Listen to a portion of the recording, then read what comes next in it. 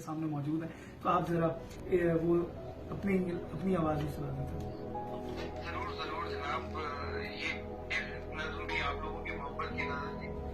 कहा था ना, मुझे तुम इस तरह सोते हुए मत छोड़ देना, मुझे बेशक जगा देगा, बता देगा। मोहब्बत के सफर में साथ मेरे चल नहीं सकती, तुम्हें रास्ता बदलना है, मेरी हद से निकलना है।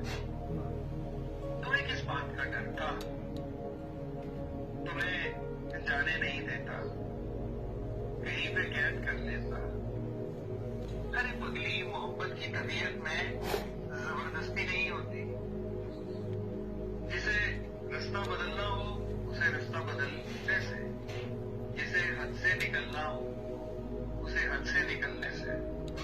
न कोई